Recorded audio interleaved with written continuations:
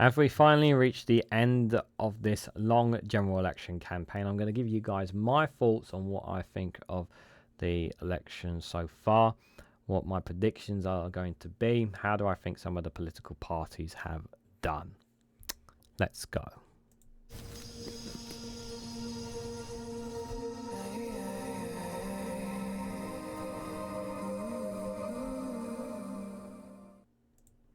Good morning, good afternoon, good evening, wherever you are in the world. This is Reganelite here, where instead of giving an article, I'm going to be sharing with you my thoughts on what I think will be, what I feel this general election has done, and how this campaign is going. So let's dive right into it. But just before you do, if you haven't already, please hit the like button and share this across social media so others are notified of this video. Whew. So, when the general election was called, it really did throw me off when it was called. I was not expecting it until I heard about the flight, about David Cameron's flight being turned around and coming back to the UK. That's when it was all but sure that it was going to be a general election was going to be called. Without a doubt, that this campaign for the Conservative Party has been nothing short of a disaster. It has been abysmal. It has been pretty poor from Rishi Sunak, from pretty much from start to finish. I don't think I think the only times where he's looked pretty decent or okay has been in some debates with Keir Starmer, where he's looked okay. Not great, but he's looked okay. I think he's at times there have been times where even what he says have been blatant lies about some of the tax increases and whatnot, because there has been a lot of debunking that has been done. Especially on Twitter, whenever they posted things, Conservatives. He has really tried to get his points across of Labour will raise taxes. If you vote for Labour, they're going to raise taxes. If you vote Labour in, they're going to destroy pretty much everything.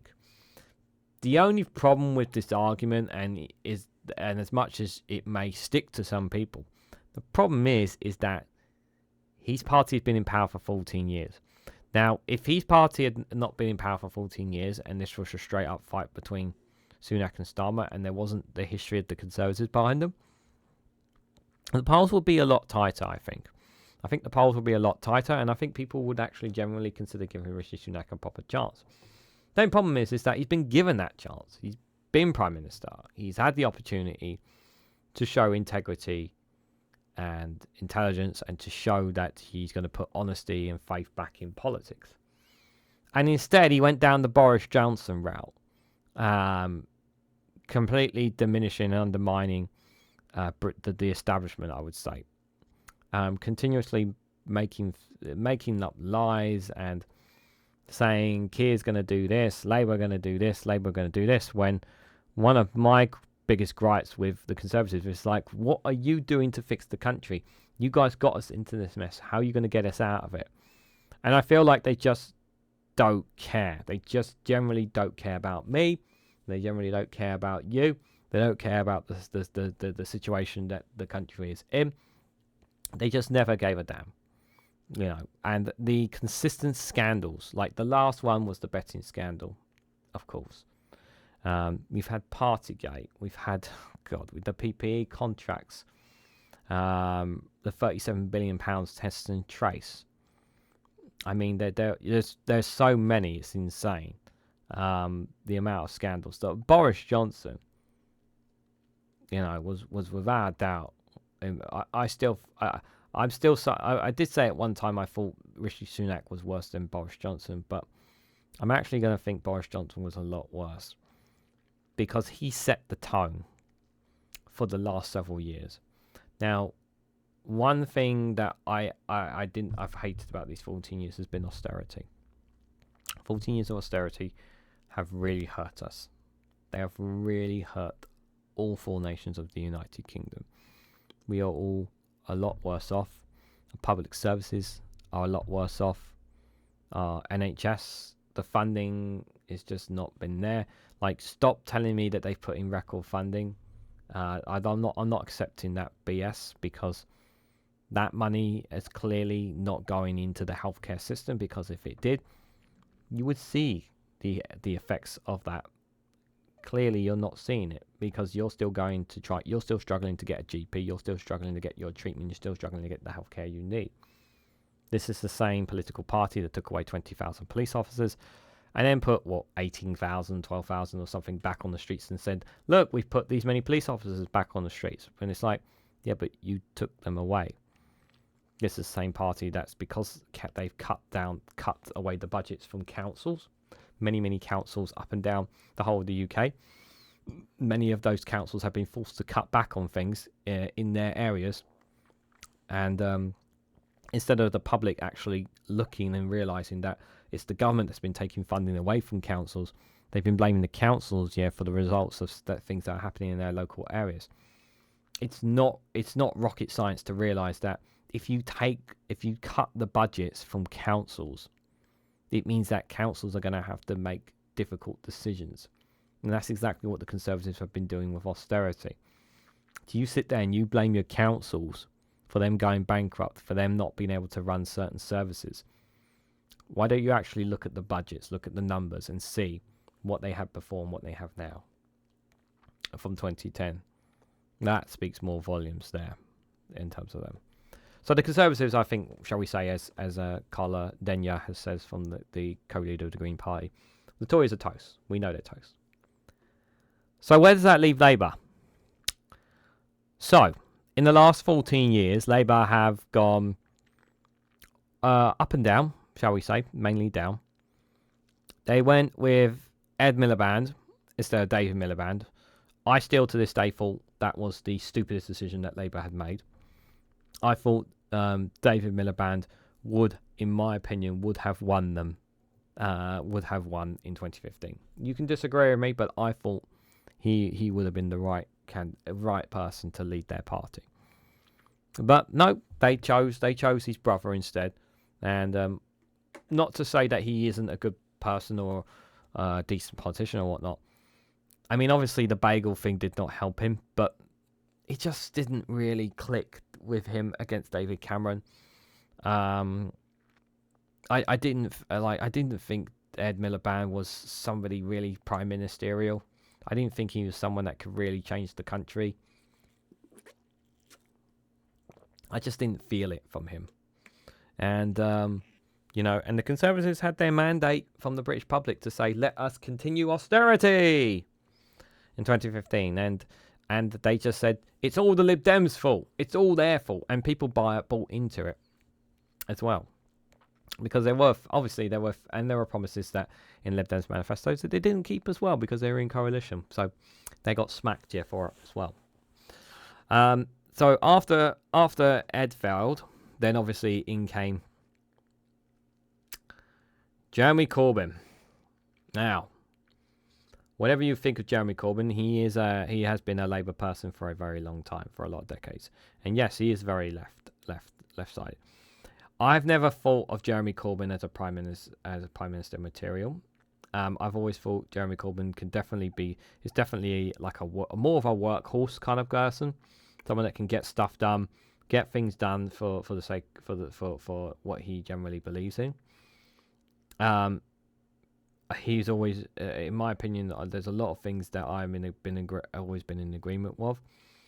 Now, the problem is that Brexit kind of threw a spanner into everything, and the decision by Labour to kind of split with the Conservatives on some being for and some being against definitely didn't help. It didn't help its party. Because obviously some people were still vehemently for and vehemently against. So you had this disconnect in the Labour Party and not really all united. I think there are obviously lots of other things within Labour that they were problematic, and those who are members can speak volumes in the comments down below. But they never fully got behind Jeremy Corbyn. They never really backed Jeremy Corbyn. And what didn't help is that while he offered so many big changes in the 2019 general election, I'll go back one step before. So when Theresa May became Prime Minister, when Theresa May became Prime Minister, she obviously, everything around that time, that period was all about Brexit, of course, and just people were just wanting to. She just called the election to try and get the mandate, to try and get the numbers she needed, and instead a lot of people just ended up throwing their weight behind Jeremy Corbyn. And even though she still got more than enough and needed the DUP to get the majority she needs to stay in power, the fact is that Labour still weren't winning enough people over to win over the country. And when it came to the 2019 general election, Jeremy really, in my opinion, there was one thing that, in my opinion, really shot himself in the foot. Now, yes, of course, the media really did not help things, and Boris Johnson was portrayed as the perfect guy. He's a good guy. He'll get things done. He'll be good for the country and all these kind of things. And the media really played up this position of Boris Johnson will be great for the country, and they made Jeremy Corbyn as this evil man that will destroy us all, and he'll rip everything apart, and he'll undo Brexit and all this kind of stuff. But his manifesto in 2019 was a very good manifesto. The only problem is that the British public weren't interested in that. They were only interested in one thing, and that was getting Brexit sorted. Didn't matter. They just wanted it sorted. And the Conservatives had a plan, and they put it out there, and it was a very clear plan of what it is. And Labour got smacked so hard in that 2019 election. They got absolutely destroyed, completely destroyed them. And that was 9 years they were out of power at that time. And to get smacked like they did, you felt like, another 10 years of Conservatives. That's just how it felt. And you got Boris Johnson at the helm. But somehow, from then to here, Keir Starmer, whatever you might think of him and what he's done to the party, is in prime position to be the next Prime Minister of the United Kingdom, or by the time you hear this, he is the Prime Minister of the United Kingdom. Whatever you might think of him and his party, he's changed the party. He's established it more into the centre rather than more lefty, more left. He has brought in a bit of a right, one or two right-wing things. There are no doubts I have lots of questions and concerns about Labour. Absolutely. But do I think they're going to be doing the exact same thing that the Conservatives have been doing for the last 14 years? My answer is no. And the reason why I say no is because I just can't see them doing the same scandals that the Conservatives have been doing. And I can't see them going for another 4 or 5 years in power and not making some differences that improves people's lives without the electorate kicking them out. Because let's be clear, a lot of people are voting Labour because they are not happy with the Conservatives. There's not so many people out there saying, I'm voting Labour because I trust Keir Starmer and I trust his party. No, a lot of people are giving their vote to Labour because they want the Tories gone. And they know they want to keep those same voters. They're going to have to work real hard to get those voters back. So, obviously, when it comes to power, we'll have to see how they really do. And obviously, like I've said, on this channel, I've covered all the manifestos. So if you want to have a look at the manifestos in detail, or listen to them, you can check out my playlist on there as well. Now, the Liberal Democrats have had an interesting campaign, without a shadow of a doubt. I think what Sir Ed Davey has been doing with his antics and whatnot, many people have questioned them whether they thought it was a good idea or not. I actually think it's a good idea, and this is the reason. The reason why I think some of his antics are a good idea is the only way to kind of get the attention of the mainstream media. Because the mainstream media is obviously not focusing so much on smaller parties. They're giving Reform a platform, which is, I don't know why, but they're giving them a platform. And they haven't been giving barely any not enough for the Green Party for it, per se, as well. So when you take those into account, one of the ways that they can kind of make themselves get heard is by doing some of these things. A lot of what the Lib Dems have been standing on the faults of environment and healthcare, and the fact that Sir Ed Davey, whatever you might think of him, You know, his story about him looking after his disabled son touched a lot of people's hearts, got a lot of people looking at him. And Daisy Cooper as well. In the debates, I thought has been very, very good. In the debates, and when she's been out and about as well, I thought she's been actually really, really good as well. So the Lib Dems have definitely have done some good stuff. Now, is that going to turn into voters? Now, is it a case again, like the Labour, are people just voting Liberal Democrats because they're upset with the Conservatives and they don't trust Labour? Or is it because of what Liberal Democrats are saying? I think it's more because people are upset with the Conservatives rather than wanting to, because they're happy with the Liberal Democrats. However, I do think that some hearts and minds have definitely been won over by the video of Ed Davey with his son, especially if you're someone, a carer, or worked in the care industry, or you have connections to people with that. That can resonate a lot with you. Some people will not want to touch the Liberal Democrats simply because of the intuition-free policy, I believe it was, that they didn't keep to under a coalition. You know, the scars of those 4 or 5 years in coalition with the Conservatives, the scars of that have not fully healed, and media has reminded people of that every now and then, saying, how can you trust the Lib Dems when they've done that? So, do I think as of right now, do I think the Liberal Democrats will be the main opposition party? No, I don't think they will. Do I think they will get close? Do I think they'll gain a great deal of seats? Yes. Do I think they'll get enough? They'll be close to the same number of seats as the Conservatives? I'm going to say yes. I think, but it's about how they capitalise on it as well. That will be the question, if they can capitalise on the seats that they have, as I think is going to be the real question there. So that's my thoughts there. As for the Green Party, now, I will come to reform, don't worry.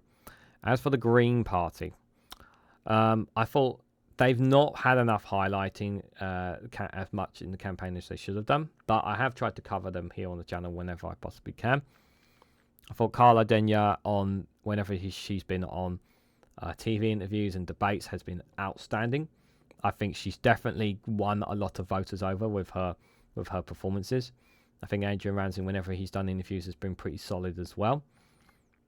Are the Green Party perfect? Absolutely not. We know they have issues. There was a story about one of the former Green councillors are going to take legal action against them over trans rights row, apparently. So that story about those stories are not going away. It's obviously been the stories about anti-Semitism. That's not as well, hasn't been completely cleared as well. But there's also anti-Semitism in Labour and the Conservatives as well. So, but you don't hear enough about them anyway. But because they're Greens, because they're looking for reasons to attack the Greens, obviously it's a bit amplified because it's the Green Party. Now, do I think they're gonna take the city by storm? No, I don't think they will. I do think that they will get 4 seats. I think the MRPs, they're saying around 2, maybe 3 seats, most MRP polls. I do think that they will take the Bristol Central one. I think Carla will be perfect for the Houses of Parliament. We need a voice like that. I do expect them to hold on to the Brighton seat. And I think the other 2 seats, they may just get enough for them.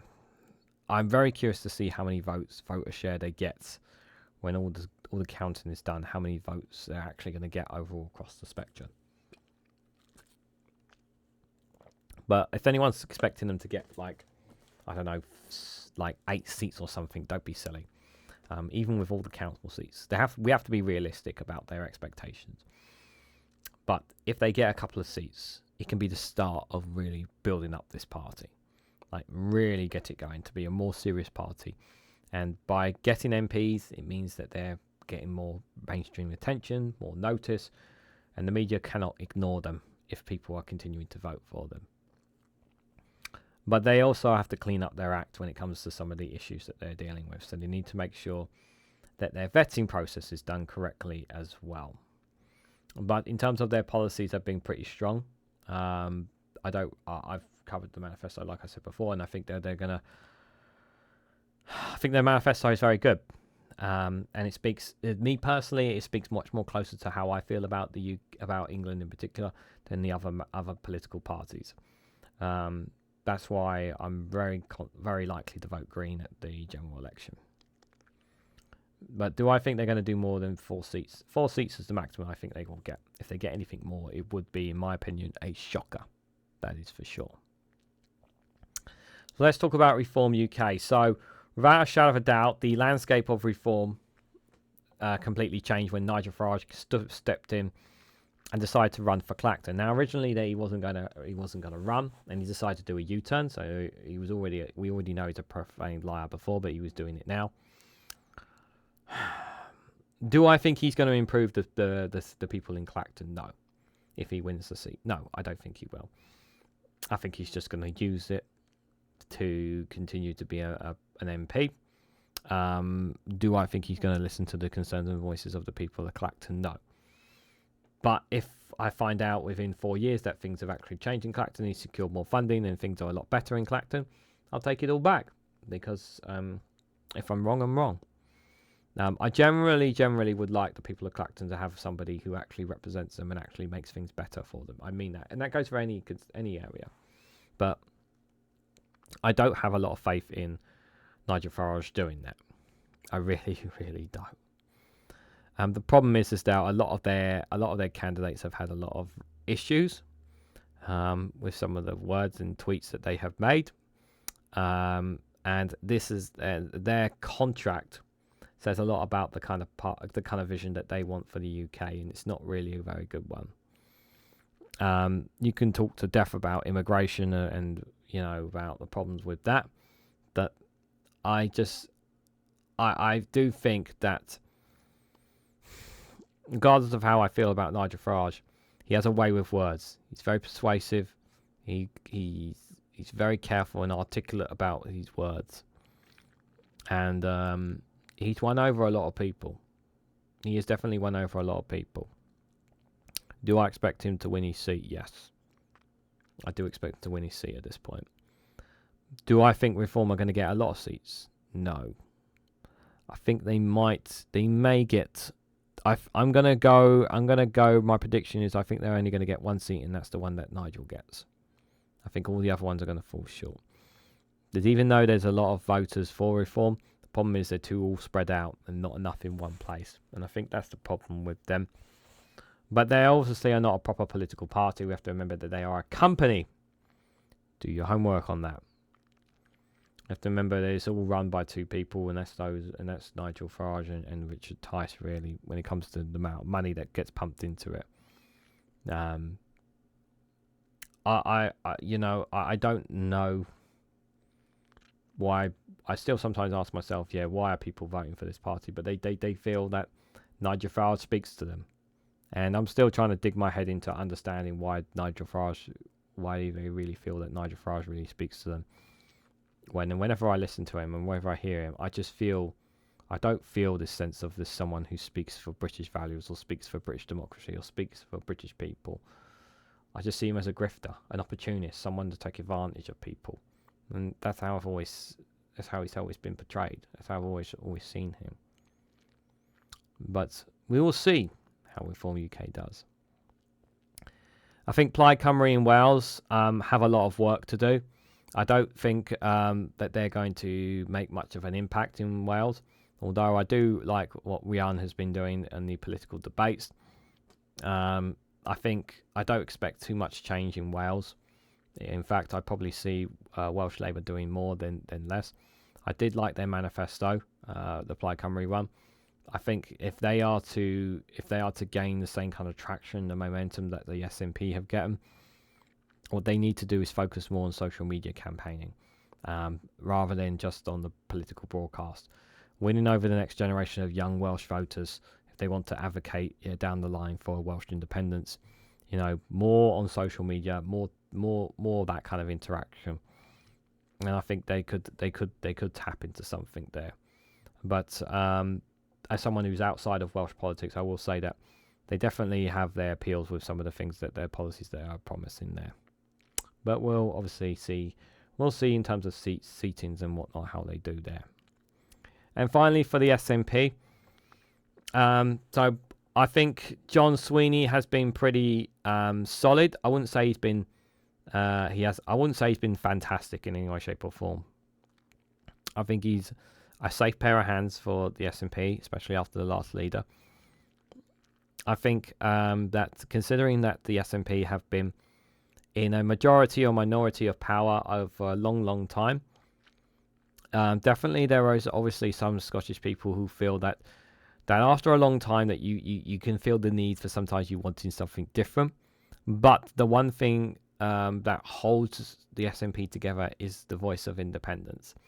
And regardless of how people feel about it, if unionists say that they've had the vote and that's it, and the discussion, why is the topic? If that was the case, why are we still having the conversation? Why are we still having it? And you can say, well, it's because the SNP keep bringing it up. Yeah, well, who's backing the SNP? The Scottish people. They're the ones who are voting for the party, and they've made it very clear that independence is on their manifesto again. So it's very clear that the process of independence, to being able to be so-called sovereign, something that Brexiteers like to talk about, British sovereignty, Scottish sovereignty, they'll be able to make their own decisions and decide their own future. I do believe that's going to happen. I just don't know when, and I'm not sure how they're going to be able to do it. It's just a matter of when that vote's going to come, and I don't know if they have that second vote, and if they fail for a second time, is that it? No, I don't think it'll ever be over. I don't think it'll be over, because once Scotland are out, that's it. They're not. I don't see them coming back into the UK. I think they will forge their own destiny. It'll be bumpy, but they will find their own on their own 2 feet. But as of right here, right now, I do think Scottish Labour is a threat to an extent, simply because of them being them having a kind of power for quite a while. And obviously Scottish Conservatives are kind of like, nobody gives a damn about them. And I know that the Conservatives, Labour, Lib Dems are all seen the same parties in Scotland. They're all seen on the same page there. But there has been those MRP polls. Now, many people have said that they're wrong. Obviously, we'll have to see when the votes come out what they'll be. But do I see some SNPs losing their seats? It's possible, but I think they will do enough to say that come all the votes count, have been saying the people of Scotland decided they want to have another vote. Will the Labour government give us the mandate to have that vote? And then if they say no, what will Scotland do then? I think is the question. So those are some of my thoughts on the general election. What do you guys feel? How do you guys feel now? At the time of this recording, we're now on the eve of the general election. How do you guys feel about it? Let me know your thoughts about all the political parties, what you think of some of my thoughts. Let me know how you're feeling about it. Do you have some optimism? Do you have some pessimism? Do you feel that nothing's going to change? Let me know your thoughts and more in the comment section down below. If you found this video interesting, please hit the like button, be greatly appreciated. Share it across social media so others are notified of this video. And subscribe, because it really does help support the channel. And if you want to go one step further, financially support me and the work that I do here, you can do so by becoming a YouTube member for as little as 99p. Or join me on Rumble or Patreon for exclusive content on those platforms. So thank you all so much for watching. Hope to catch you all very, very soon.